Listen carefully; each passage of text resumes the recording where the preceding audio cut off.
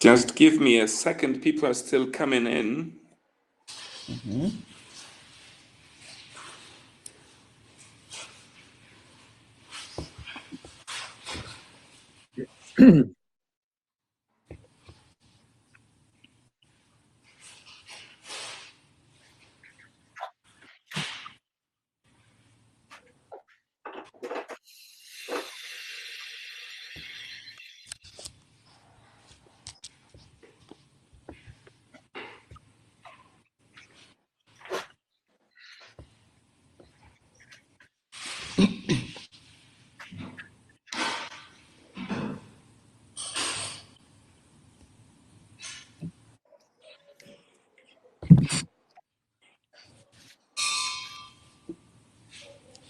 What's the noise there? I can't hear any noise. I'm sitting in silence. Okay, good. Good. So let's that's start. not me. I'm not the noise producer. You must be the one. Yeah. So I think we can start. Say hello. Hello, me. Are you talking to me or are you talking to Alex? Alex is number one in this team. Yes. Okay. It's so great to see everybody, and let's start. Lucina, could you please say a few words about our dear guest? Okay, my pleasure to introduce our guest. As you probably all know, Alex is a lead academic at for language at Trinity College in London. And if somebody doesn't know, Trinity College is the international exam board for English language qualifications. Moreover, he has already had 15 years experience heading a teacher training department, and he did it at the English Language Center in Brighton. He is interested in many areas. His special interests encompass assessment, neurolinguistics, and educational psychology. And what I liked when I was studying the content referring to Alex's professional achievement, I liked the idea that you, Alex, support best practices in language teaching and assessment. And I would like to quote the sentence that was included on LinkedIn in your profile. Let me read it for all of us. My position at Trinity is to develop the academic embedding and promotion of our English language portfolio, working across departments and with key stakeholders, helping to provide academic leadership and support. And I like it very much. So let me just enumerate a few more areas which are your areas: higher education, linguistics, e-learning, educational technology, also interpersonal skills, teaching, tutoring, and neurolinguistics also. But to begin with, Alex is a very nice person. Yes, he likes what he's doing, and he likes his colleague teachers, and that's why he is ready to spend the evening with them instead of celebrating some other activities. So we are really grateful to you, Alex, for wanting to do it for us. In your presentation, as we all know, the title is assessment. It's not a presentation, it's more like tutoring workshop. You will be talking about assessment literacy, which is supposed to unlock the potential of positive washback. And the key word teachers, helping students prepare for exams, progressive assessment literacy, the notion of positive washback, and enhancing learning outcomes. It sounds very fascinating. So now it's over to you, Alex. Well, thank you very much. Now, it's brilliant to be here, and thank you so much for all of you really giving up your Wednesday evening to join this webinar. So a very gracious introduction, and I'm not here to sell anything from Trinity. On the contrary, Trinity is a and we really do support is better teaching practices. So I'll be talking about assessment very generally, and talking about positive washback, as we mentioned. And there'll be quite a few ideas that we'll run through. Some will be familiar to you, some may be new. I will give you my email at the end, or we'll be able to share. I know there's a video of this available, and I'd be very happy to share the slides as well. So I'd like to start by giving a quick outline, and essentially that's it. Now, you may think, what on earth is going on? Well, yes, you know what it is. It's a carrot. And I'm going to leave that thought with you, and hopefully later you'll be able to work out why on earth I've put a carrot at the beginning of this webinar.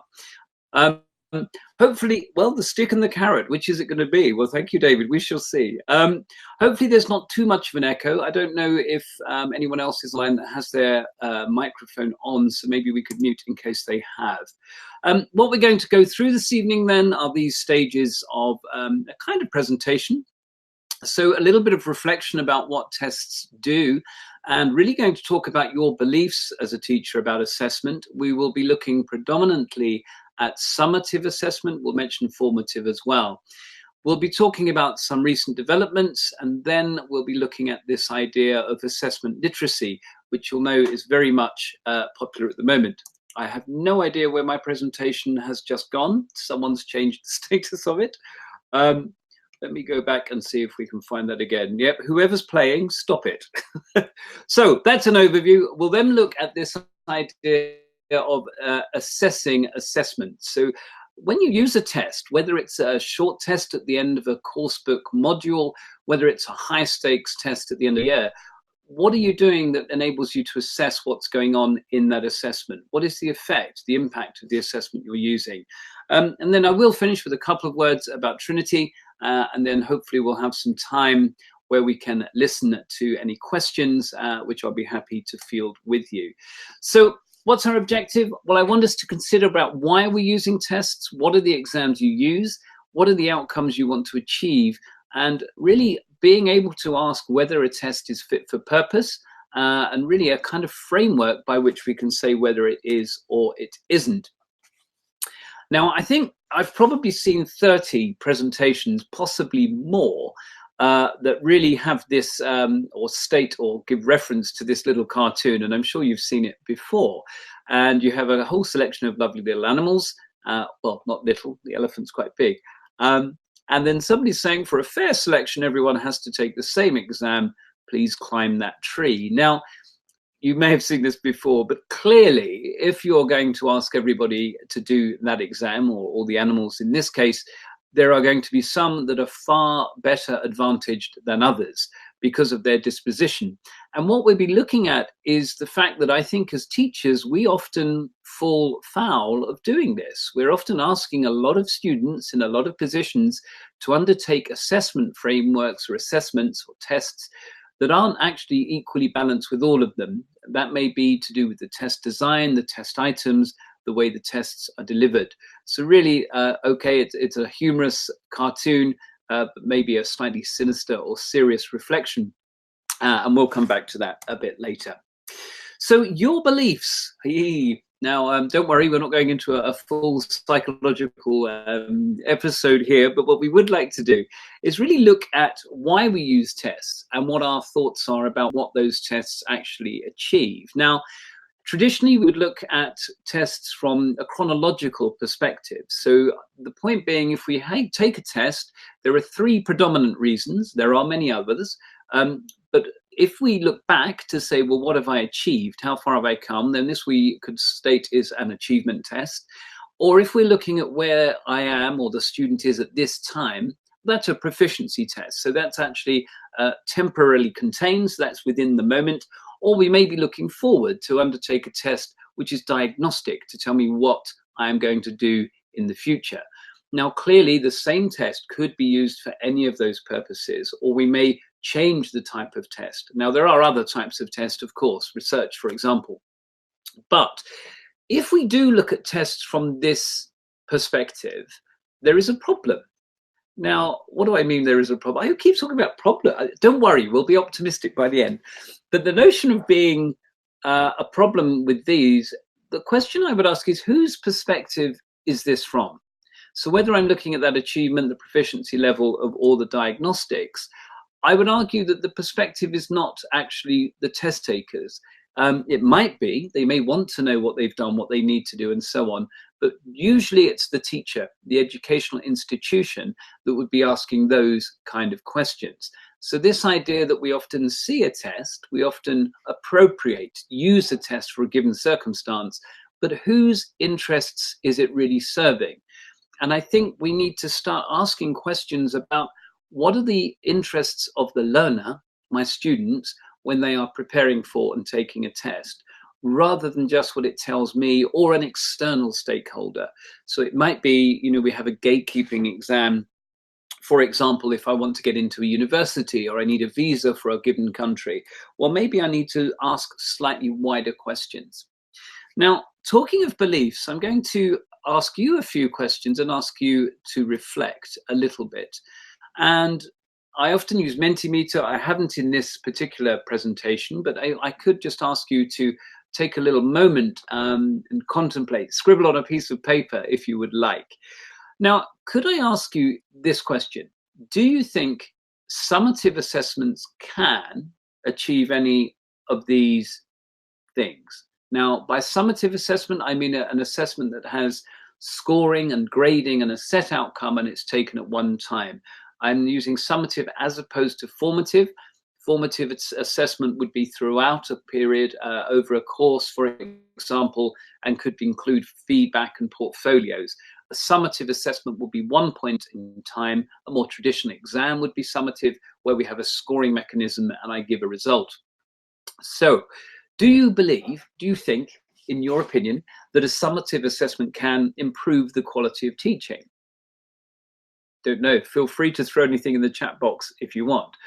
What about aiding language acquisition? So can the use, the preparation and taking of a test actually help learners improve their level of language acquisition? What about wider skill development? So through having a particular test, preparing for it and taking the test, can you actually develop more transferable skills? And we'll talk about transferable skills a little bit later. What about motivating students? Can preparing for taking a test motivate your students? Get them more enthralled by the idea of learning language? And then we have things about high stakes outcomes. I think that's quite obvious, actually. If you do have a summative assessment, well, many exams can provide high stakes outcomes for students. And they can also provide a range of feedback measures. But by feedback measures, I mean more than just a result. So something that can actually act almost formatively, so something that can inform future learning. Well, a couple of questions here. Formative assessment is its key importance. I couldn't agree more, but here we're talking about summative, and it would need to be a well thought out test. David, I completely agree as well. Now, one thing I will say, there's no such thing, in my opinion, as a perfect test, and I spend a lot of time working with tests. Tests are never going to be fully authentic. They are ultimately exams. They are given in a kind of inauthentic environment. But we will unpack this a little bit further. Now, the next slide I'm going to show you, I asked a group of people the same question, and I asked them to put this on a kind of cross continuum, one of these spider web diagrams, to give their opinion whether they agreed from a scale of 0 to 8 that summative assessment can achieve those things. So if the result was 0, it means absolutely not, no. And if the result was 8, very, very much so, yes, I believe it can, for example, improve the quality of teaching. And this slide gives you the results from some research we conducted about 2 years ago. Who do you think this, it's a group of averages, who do you think this represents? So this group of people, you can see that they don't really think it will improve the quality of teaching at all, about 4, a little bit better for aiding language acquisition, and less, very low, for aiding wider skill development. It can motivate students, can give high stakes outcomes, and then a little bit less give feedback measures. Well, it may not surprise you that this is in fact quite a large group of teachers. Now, This was teachers at high school levels, so mainly students that are around the age of 14 to 17, and they gave this opinion of summative tests. However, if teachers give this opinion of tests, how much time do you think teachers spend preparing students for a test? So in their English language development classes, or whatever that course may be, on average, and this depends very much on country and institution and course and so on, many variables, but many teachers spend up to 70, it was actually 72% is the quoted figure, preparing candidates or in a course of preparation that focuses on an exam. Now, my question is very simple. If we are spending a lot of time, and albeit less than 70%, but let's say it is up to 70%, preparing students to take exams and get through exams, and yet we have this system of belief whereby, do I get an arrow here? No. Oh yes, look, I get a pointer. Sorry, I'm going to get a pointer. Whereby if I don't really believe these tests are having a very positive effect in these various areas, then I would argue something's wrong. So what I mean is, are we wasting time? Do we need to actually reconsider? Because if we are spending all this time preparing candidates for an exam and putting them through an exam, and yet it's not providing improvements in teaching, language acquisition, and so on, why are we doing it? We need to seriously reconsider what we're doing, because I would argue we're wasting our time. So what we have here, and I haven't got the animation on this PowerPoint, so you're just getting the slides, but that's fine, is this idea of, you probably can see the lady here who's utterly frustrated and screaming. The idea that often we have countercurrent mechanisms at play. We often have opinions. Many teachers say, well, yeah, the learning is going in one direction. I'm doing all these things to generate and support the learning, facilitating the learning, so on and so forth. And yet the assessment often drives me in another direction. So when I observe teachers and in teacher training courses, often you'll see teachers doing things that are really preparing candidates for an exam, but nothing beyond the exam. The point being, what they're learning is sub-skills that are only useful to get through the exam, but in the real wide world, when they get out in whatever, an academic environment, a social environment, when they actually use their language, those skills are no longer useful. So they're often learning skills just for the exam's sake. Again, there is this kind of opposite drive, and often you hear comments like, well, we do the real teaching in the general classes or in the classes where we're not considering an exam. And once again, surely this is not right. Now, I'm kind of exaggerating the point, and I know there are many teachers that would say, hang on, no, a lot of good learning goes on in exam preparation classes, and yeah, I know, I agree. But what we're looking at and beginning to introduce here is the notion of washback that you'll be familiar with, that the exam you choose, the exams you use, do have an influence on how you teach and how students learn. You may have been, or you may have heard this idea that assessment drives what happens in the classroom. Now, this is nothing new. Miller famously talked about assessment drives learning. This goes back to 90. Cowan developed the idea assessment is the engine that drives learning. There are even later developments of this analogy about assessment being the oil in the engine that drives, and it all gets a bit ridiculous. But there is no shortage of research that looks at how the assessment that sits within a course of study has a strong influence on what happens in the classroom. But actually, this has a strong influence on the psychology, the learning psychology of the individual student and the teacher, and it has a strong influence on what actually happens in the classroom. Within language teaching and learning, this has been called washback, and you've probably heard the notion of positive washback and negative washback. The idea that if you have a test that exerts a positive washback, this means that the effect on the classroom, on the teaching activity, teaching practices, the effect on the learning, the, if you like, optimization, how well the student is fulfilling their potential. If it's positive washback, then you see positive results in those areas.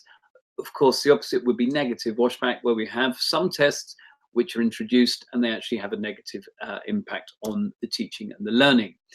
Washback by design was a notion originally coined by Messick, and this notion is very simple, that when we design tests, we actually want to start with where we want the outcome or what we want the outcome to be. And thereby we start with this idea, we want it to have a positive effect. Can we write this into our tests? Now, again, I'm not here to wave flags of Trinity, well, in some ways, but overall, even if you're designing a small test, end of week test to reflect on what you've been teaching that week, we can still start thinking about what washback means, about what the impact and the outcome of that test would be. And we're going to look at some contemporary frameworks that help us to do that. So that's a quick notion of washback. Do please, if anyone has any questions, just throw them in the chat box. I'll answer these as we go along. We will have time at the end as well. A couple of quick quotes, again, to illustrate that the notion of washback is not new. And you'll see here from Heinemann and also Weigel and Jensen back in the 90s, this idea that actually if you have a really well-designed test and you're teaching to the test, then that can be positive if it's a good test. This idea that tests can be powerful, low-cost means of influencing what happens, again, positive washback. You know what the headline's going to be, don't you? We have research from a range of quarters. We know that tests can have a very positive effect. We know they can have a very negative effect. So across the board, we do witness this notion of negative washback and positive washback, partly just to do with the exam design, partly to do with the way the exam is delivered. And we're going to look at some of the risks and pitfalls as we go along. So that's a quick bit of background in regard to washback and some kind of general terms. So we're going to have a quick look at contemporary testing theory. Now, this, we could spend weeks doing it, and I'd love it if we had time to have, we should do a week-long course, come over to the south of the UK. But what we're going to be looking at is some very brushstroke notions about what is happening in testing theory. Some of this you may be familiar with. If not, some of the terms will help you. Now, just a bit of background, we'll be familiar that really from the 80s and before, we really had a focus on content.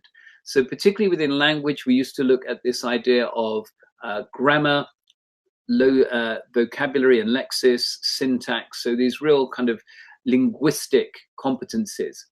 Now, there was a real shift from that behaviorist kind of, we elicit a response, we measure the response, and this moved to a more competence-based model. Really, this started around the 1970s. Now, you may be familiar with the term communicative competence. We'll mention this again in a minute. I think it was Daryl Himes, that originally coined that phrase in 1972. And this, we saw a real departure from this focus on content, because we realized just looking at content was not enough. It was very possible to learn a lot of content with language, but still not being able to communicate. So we shifted over towards the more constructivist forms of learning and this idea of a competence-based model. Are you actually able to use the language functionally? Now, what we've seen that underpins all of this is a move towards the centrality of the test taker. So rather than content being king, certainly since the late 90s and certainly in the 2000s, we began to realize the most important thing in the test wasn't what you are testing, it's who is taking the test. And then, of course, you're going to look at what you're measuring, but the idea that if we place the test taker at the center of the test, we end up having a far more valid system of assessment.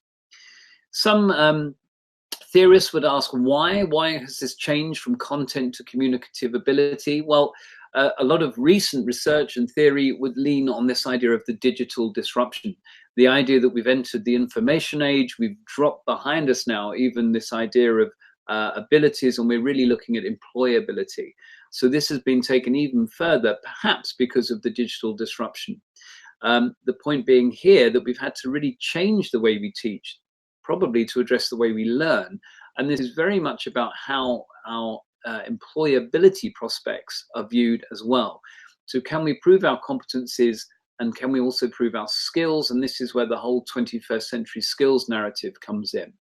Now, we don't have time really to address the whole 21st century skills points here, and I know it's a huge brush term, but we will look at how modern tests really have moved from content to the communicative ability, and now they're beginning to encompass a wider range of skills, very much evidenced in things like the companion volume for the CEFR, things like global citizenship with the OECD, so on and so forth.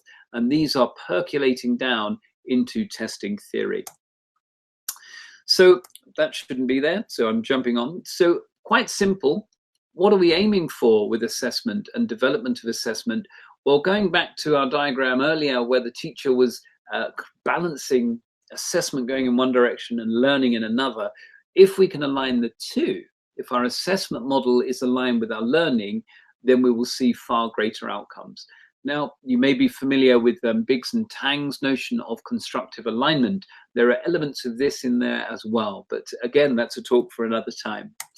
So let's just unpack this model a little bit more. And this is when it gets a little more complicated, but more fun, I think.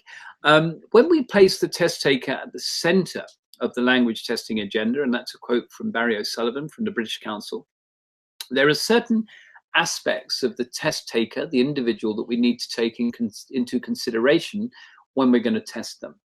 So here is a model that you will see, and this relates to what's known as the socio-cognitive model that we're going to look at in a moment, where there are 4 key elements that we need to consider. One is learner resource, one is contextual parameters, one is cognitive processes, and one is test consequences. And we'll quickly look at those. So if we have the test taker, firstly, we would ask about what are the resources they bring to the test. By learner resources, we do not mean course books or anything like that. We really are looking at everything they bring to the test.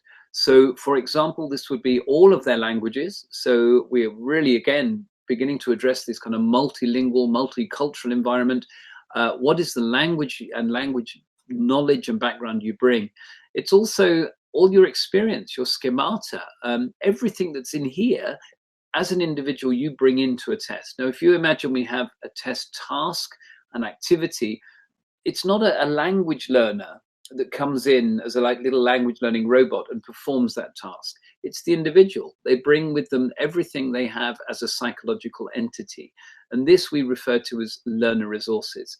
And this is why there are certain aspects that we've seen change in test design, which we'll see reflected in a moment.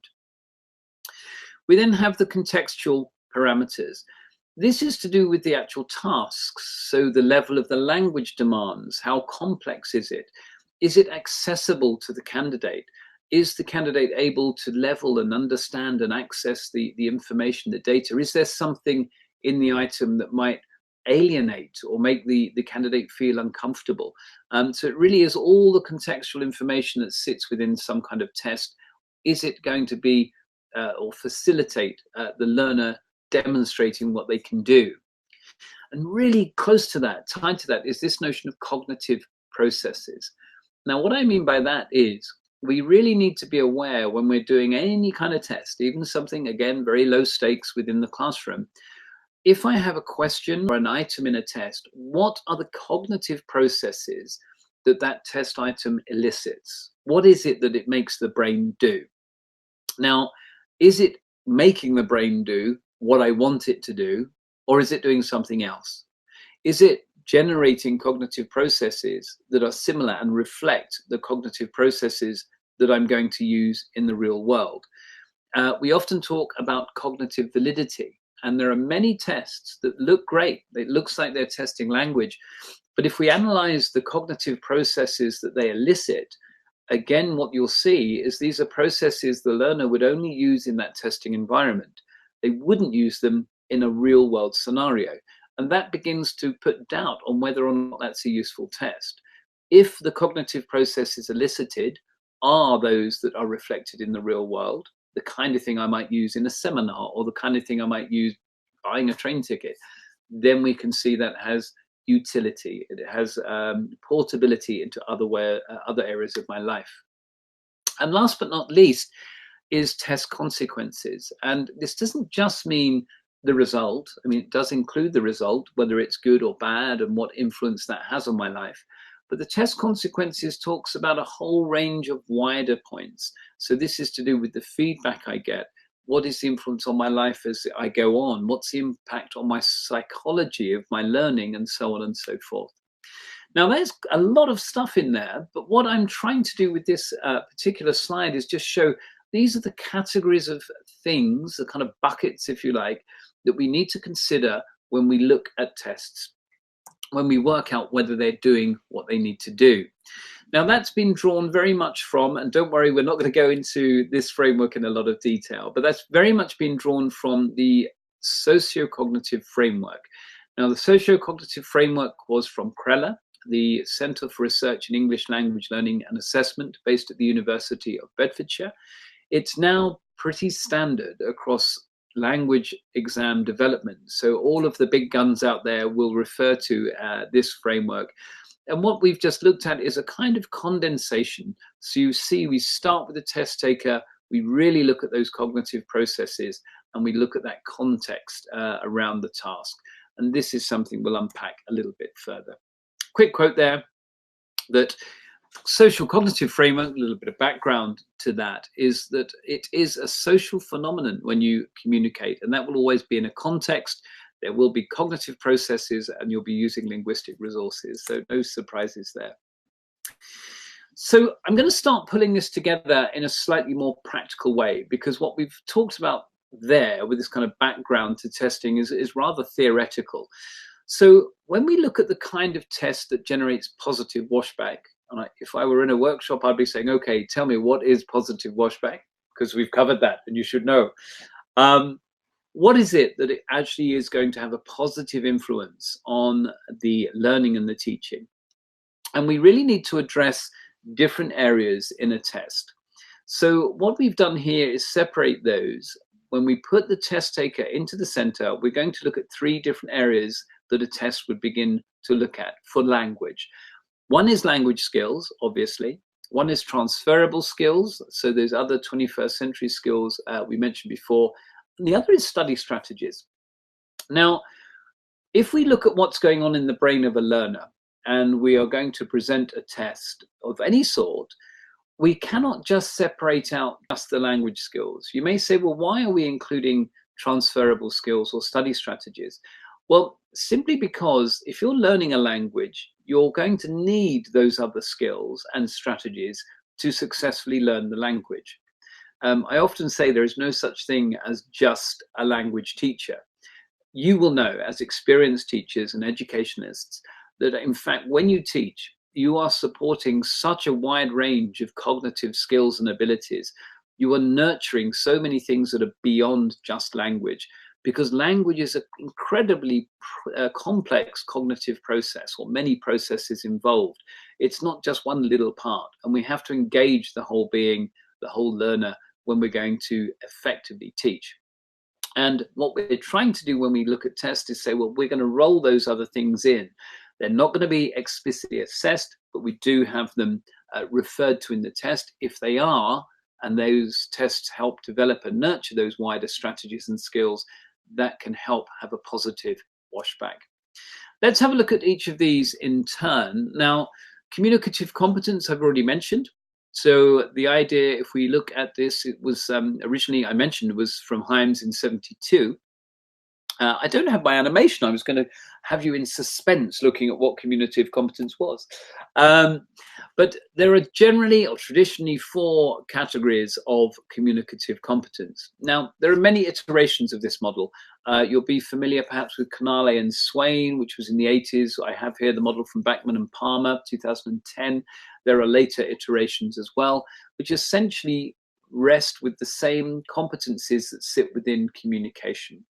So here we have linguistic, sociolinguistic, strategic, and discoursal or discourse. Now, I would argue that as a teacher, we should always be aware of what these subcategories are. Certainly, we could audit books, lessons, tests to see which of these they cover. Now, I'll quickly go through what those subcategories are for communicative competence. So if I'm going to speak a language, so let's say I learned Polish, and I know that would be tremendously difficult. It's a complex language. I have huge trouble speaking any words in Polish. But if I were to learn Polish, I would start probably with the linguistic competencies. So what is that? So this would be vocabulary, this would be the systems, the grammar, syntax, the syntactic knowledge, and the phonology, the building blocks. But I could have all of that, but it doesn't mean by any stretch that I would be able to communicate effectively. I would need other competencies that feed and overlap with that. So linguistic competencies are like the building blocks. Let's then look at the other competencies. Now, well, let's start with discourse. Discoursal competence is the idea that there is really a red thread running through everything we say when we communicate. Now, this is quite unusual. I'm giving a monologic, very long turn. So, but whenever we're talking, we have to maintain this idea of a coherent narrative. There's a logical, well, in written discourse, we talk about coherence and cohesion, very much the same in any form of communication. Discourse competence is the ability to be able to put together strings of language and for it to make sense. And actually, it's far more complex in speaking than it is in writing. So it's maintaining that red thread. Now, I could ask quite a basic question. I don't know, how do you make a cup of coffee? And if you were going to explain that to me, we would be able to recognize a whole range of mechanisms and strategies you use to make that explanation, that instruction clear. So that's the discourse competence. But let's have a look at these more practical things, more pragmatic, if you like. Well, sociolinguistic competence, this is about knowing your audience. So who is it you're communicating with? And how is it that you're making the message you're communicating clear and accessible to the person you're communicating to? So if I were to meet one of you at a conference, or you were to meet me in a cafe or a pub, whatever the situation may be, we would make a whole range of adjustments. We would use a range of strategies to make what I'm saying and trying to communicate easier for the other person to understand. Now, often within a learning environment, we would talk about register, formality, things like grading of language, the lingua franca debates sit in here. So what I do to make the language understandable. It's far, far more complex than that, actually. Now, so we have social linguistic competence, knowing your audience, making your message accessible. We have discourse, which is about keeping a sort of thread through these. We have linguistic, which is the building blocks. So what is this strategic competence? Well, in my opinion, this is the one that's probably most often, I'm just going to adjust my seat, most often neglected. So strategic competence is about dealing with unpredictability and spontaneity. Communication by definition is unpredictable. It's spontaneous. What I mean by that is communication is by definition co-constructed. So if we have two people and I asked you a question, I don't know, what did you do last night? The way you answer will dictate how I then respond. So by co-constructing, together we build the communication act. Now, again, this particular example of giving a webinar is an exception to that. It's monologic, so it's not interactive, so not so much co-constructed. But generally, communication is. And again, there are a whole range of competencies that students, learners, whoever needs when they are going to communicate. So in here, you do have things, basic things like survival strategies and so on, but it's everything you do to clarify, to listen actively, to respond appropriately, and a lot of those pragmatic skills. Now, traditionally, you'll know what the problem is. We mentioned before, we started pre-1980s with real content focus. And even now, one of the biggest dangers we have as teachers, as testers, is that we really rest too heavily on linguistic competence when we talk about communication. It's a vital part, a big part. And I'm not saying we need to remove it, but what we do need to do is balance that with these other competencies as well. Otherwise, we end up with a very skewed idea of whether someone can or cannot communicate. You will know as well as I, many students will enter a course of study or will have passed an exam where it states they have a very high level, B2 in the CFR, for example. And yet you put them into a discussion forum, a situation where they have to communicate freely, and they're not capable of doing that. So they've been tested perhaps on certain aspects of linguistic competence, but they haven't yet been able to demonstrate, nurture, or learn those other competencies. So just going back, the idea, if we're going to create a test, we need to think of language skills. So language skills, we're going to balance all of those competencies. If we look at all of those within a test, the outcome should be nurturing, developing the whole nest of competencies. So what about these transferable skills? Now, we don't have time to look at 21st century skills, but there really has been a strong narrative around this, and it's increasing. And I think soon, certainly within testing, but I think within teaching and certainly within universities, we will be required to evidence how we are developing these skills, because they're so critical for employability. This is an example, it's used quite a lot from Harvard, where students have to have a portfolio to evidence how they've developed these transferable skills.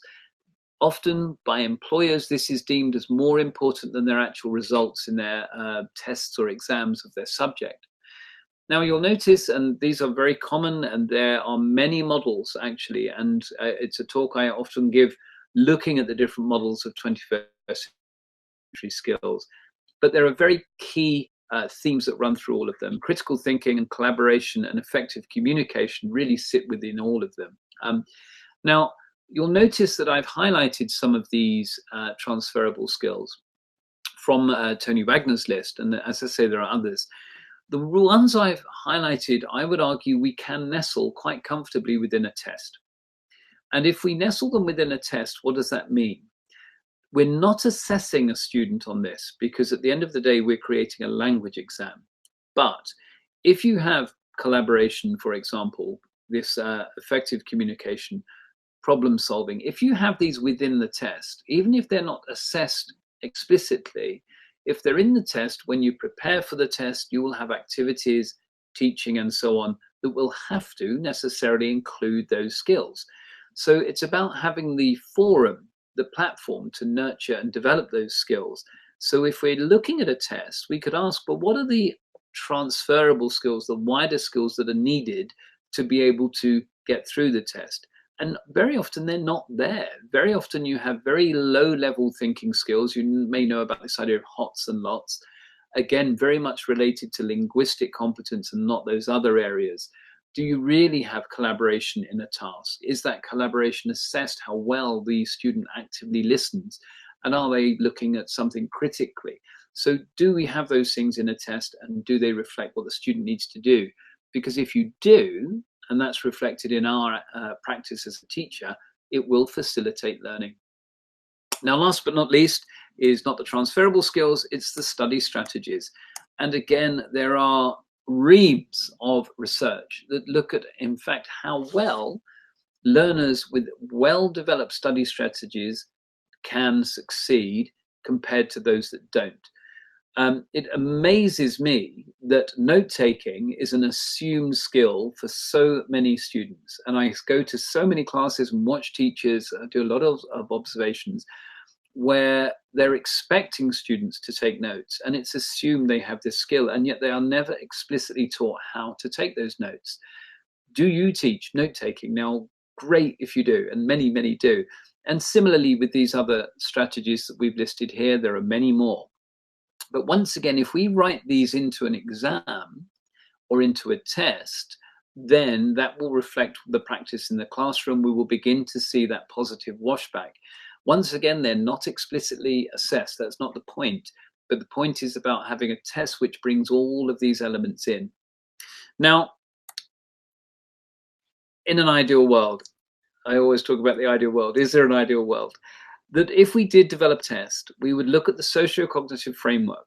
We would look at those four elements about the learner resources, everything they bring, the contextual parameters so that the learner can access the task, the cognitive processes so they reflect the real world, and then the consequences. We think of all those things, but then on a practical level, we look at the language skills, communicative competence, the transferable skills, the study strategies, and now you hopefully begin to see the ingredients we're putting into the bowl, mix it all up to try and create something that will have a positive influence on the teaching and the learning. Now, I'm going to summarize that in some kind of a range of points, and some of these are a bit out of the blue. So if we're going to look at a test and we come from all those bits I've just said, there are some key questions that we're going to ask. And here we're really beginning to move into assessment literacy. So does a test what it's claiming to test? And the reason I put that there, look at your tests and look at the questions and ask, what is it testing? Because very often a test does not test what it says it tests, and it may test something completely different. Now, obviously, we're looking at the basic notions of validity here, and we'll talk about that in a bit more. Now, is it aligned to the learner intended outcomes? So here we're talking about bringing the learner into the center. Is it to do with the ILO's intended learner outcomes? Is it in line with what the learner really needs to learn, or is it something separate? Am I learning skills just for the test or not? Is it relevant to the personalized context of the learner? I cannot exaggerate the importance of personalization in testing. The notion of bringing a test taker into the center of a test is critical to the success of a test. Many test items, many tests that we give students, they can't relate to them. They see them and it's bizarre. And that, you know, when they look at a test that's asking them about Brad Pitt's haircut, they don't give a monkeys, they don't care. And it becomes alienating. This has a direct effect on how well they can cognate and process and access. It becomes unreal. So again, it's this personalization. The more I can bring the test taker into the test, the more real it becomes, the better measure I get of what they can actually do. And that's reflected again in this real world practice. Do the tasks in a test, so not just the content, but the tasks, do they reflect what I need to do in the real world? Then I mentioned the outcomes of the test. What does it mean to the learner if they pass or fail? What does it mean to their forward learning? And is it consistent? So a little bit there at the end, is a test trustworthy? So this idea, we're beginning to talk about reliability. Now, you may remember we had a carrot at the start of the, I was meant to ask you that actually, what was the vegetable we had at the beginning of the webinar? Well, there it is, your carrot. And you may see why we had it. Well, it's a very simple acronym where we can begin to look at some of the key elements in assessment literacy. So your claim, what does a test claim to do? This is a notion of construct validity. Is it aligned to the learning outcomes? Well, constructive alignment, is it relevant? Here we talk about authenticity. Real world, does it reflect the cognitive processes a learner needs in the big wide world? And then this idea of outcomes, and is it trustworthy?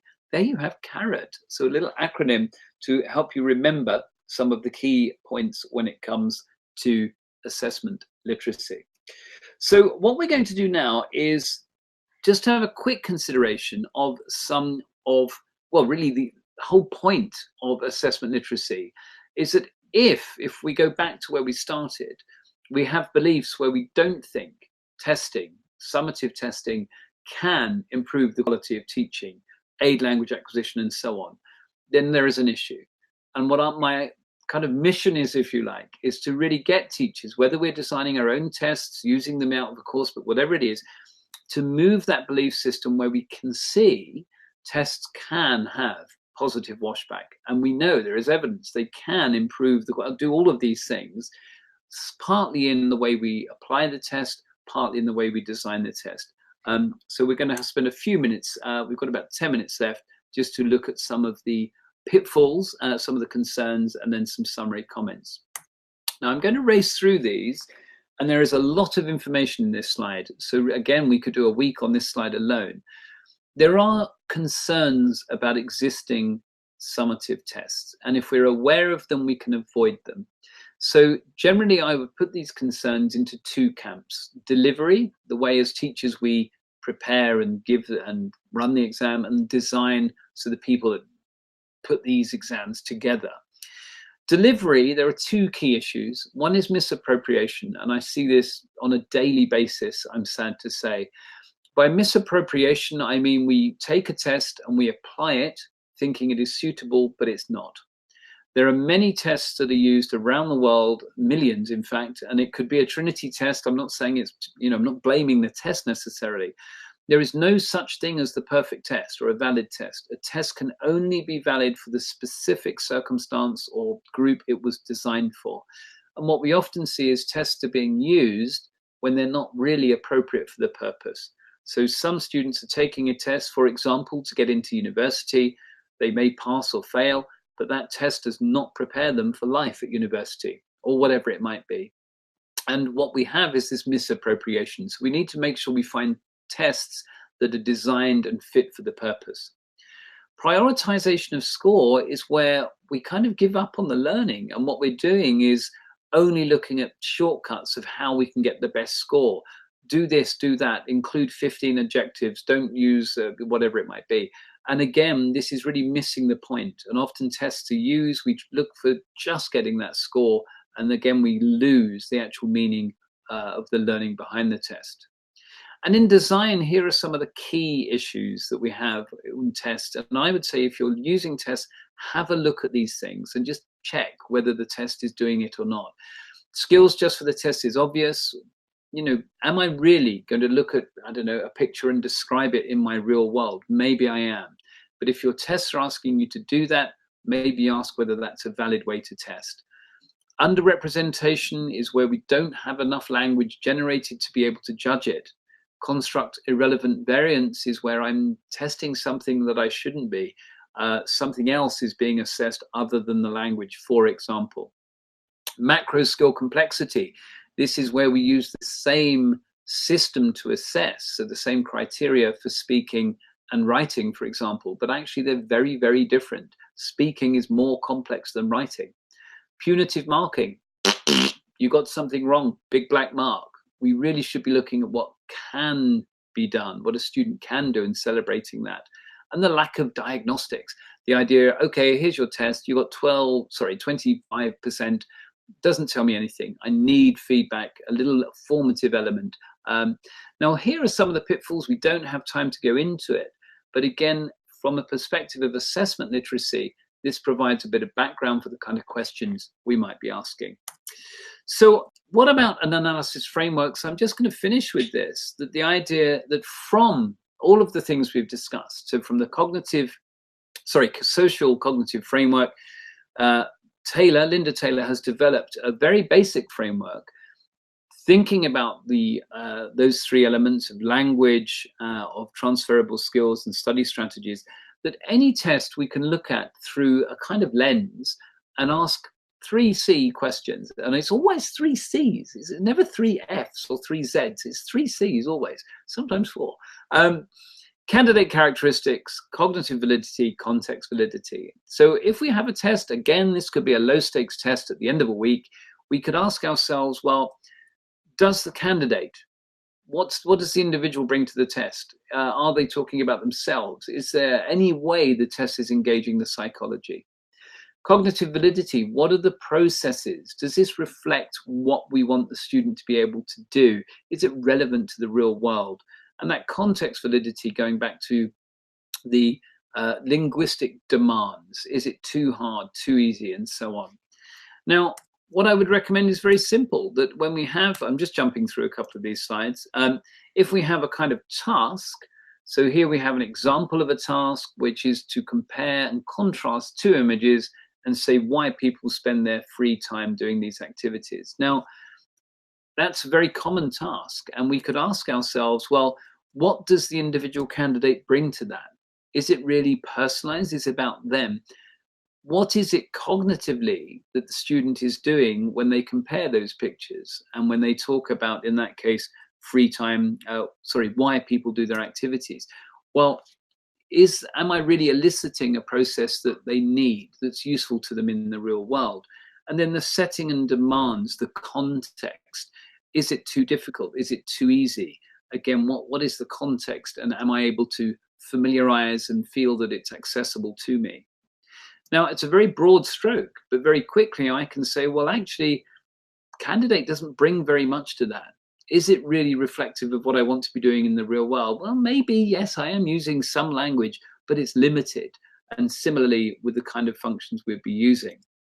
Now, there are very comprehensive frameworks based on these 3 C's, but just as a brushstroke, as a general thought, you can see that it's quite useful for saying, yes, something's working, something isn't. Now, I just want to say, I'm not saying the 2 pictures and comparing and contrasting is a bad task. Again, it really depends what it is you're testing. It really depends what you want to do. So Just to finish, there's another example of a task, this idea that you prepare a topic and you discuss it with the examiner. Now, all Trinity exams, and here's the little plug at the end, are very much designed with positive washback in mind. So yes, we do look at those personalization, those 3 C's. So the idea of candidate characteristic, this idea, if I prepare my own topic, I don't memorize, but I prepare a topic and then I then discuss it with an examiner. Now, this is in a lot of tasks, a lot of exams that Trinity produce. Then does the candidate bring a lot to it? If I go to my 3 C's, absolutely. The candidate is engaged very much in a meaningful conversation. It's far more authentic. Well, what about the cognitive processes? If we talk about those strategic competencies, being able to be dialogic, co-constructed communication, I'm actually engaging a whole range of cognitive processes that would be useful in the real world. They're the kind of things I would be using if I'm talking to somebody in a cafe or a pub, perhaps. And what about the setting and demands? Well, that depends on the candidate. What do they bring to it? And in this example of the task, the examiner is tasked with eliciting the language of the grade. So they will actually move around the conversation to elicit that language. Now, again, I'm not saying this is a perfect task by any stretch. It's just one example of a task where we really have thought about what sits behind it in the test. And please feel free to have a look at how it's assessed and the scoring and so forth. But what I would say is if we think of a 3C model, I can begin to see value in some tasks more than others. Why? Well, let's go back to the idea, if you're preparing that task, practicing that task, using that for a classroom activity, that will have a more positive influence on the learning. That will have a more positive outcome also within the assessment, positive washback. However, and don't worry, we're nearly there, these tasks, I could ask you, what are these tasks? Well, all of these, rather alarmingly, are all tasks that you will see in mainstream high-stakes exams. I would argue nearly every one of those lacks in those areas of the 3 C's. The candidate doesn't bring so much to it. The cognitive validity, the processes aren't really reflective of what the candidate needs and what they'll be doing in the real world. And again, the contextual validity isn't really there. It's not a context that's accessible, and the demands aren't really aligned to what the student needs. So just something to think about. Assessment literacy, what's the test doing? Do I need it? Is it doing what I need it to do? Just back to Trinity, these are the exams we run. You may be familiar, we have an award at lower levels, Trinity Stars. Jessie is a 2 skills exam, which is just speaking and listening. ISE is a 4 skills high stakes exam. So again, what I've given you a little bit of in a way in this webinar is a kind of insight into how we develop these exams, what we're trying to do. The notion really is, if you were to prepare for one of the Trinity exams, even if you never took the actual exam, it should have a very positive influence on the learning outcomes, because we're really looking at communicative ability as well as those transversal skills, study strategies, so on and so forth. So last slide, a few points there for summary, that when we look at our tests, whatever tests you're using, choosing, designing, no such thing as valid. It's only valid for the exact purpose it was designed for. And let's put the test taker at the heart of the test taking agenda. And one thing I haven't mentioned, but I believe very strongly, is we really are, as stakeholders, responsible for the practice and effect of the tests that our students take. You may have to, as a teacher, use a particular exam within your institution, but then analyze that exam and work out how it could be delivered with a more positive effect on the learning. If it is only testing linguistic competence, think about how you could broaden the scope of how we're preparing candidates so that it will have more utility outside of the classroom. And as teachers, sadly, in some cases, but brilliantly in others, it's our responsibility to do that. There are contemporary frameworks. We mentioned the socio-cognitive framework, and lots of work by people like Linda Taylor helping us to assess the assessments we're using. And again, it's our own assessment literacy that will help us to do that. I've done a lot of talking, and I bet you're getting ready to run off and have maybe a glass of wine or a cup of tea, I don't know. So I would like to say thank you very, very much for your time. We have 1 or 2 minutes, and I'd be very happy to answer any questions if anyone would like to pop them into the chat room. Just on this last slide, then, you'll see my email address. I'm sure you could speak to ITEFL Poland to get a copy of this, or I'd be very happy to address any questions you may have now, or do email me if you want a copy of this or have any questions about this that you'd like answered privately. So any questions coming forward, I'll just waffle on a little bit more in case any come through. Thank you once again for your time, and I wish you a very pleasant evening and every success in the exams you use, the tests you use, and have a nice evening. So everyone's got to run to work. More work, David. I'm sorry. Goodness me. It's a hard life. Anyone else then? So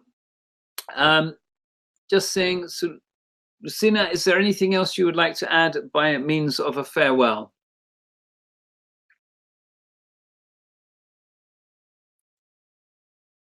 Nothing coming forward. All right. Well, thank you very much for your thank yous again. Really enjoyed giving the webinar, and I wish you every success. So I'm going to disappear now. Thank you again. Have a lovely evening. Bye-bye. Bye-bye. Thank you so much. Thank you. Thanks a lot. I just wanted to say that we are going to have 2 webinars on the 7th of November and on the 20th of November. So please follow the information on IATEFL Poland website. We are now in the process of preparing those webinars in terms of organizational matters. Thank you very much and see you next time.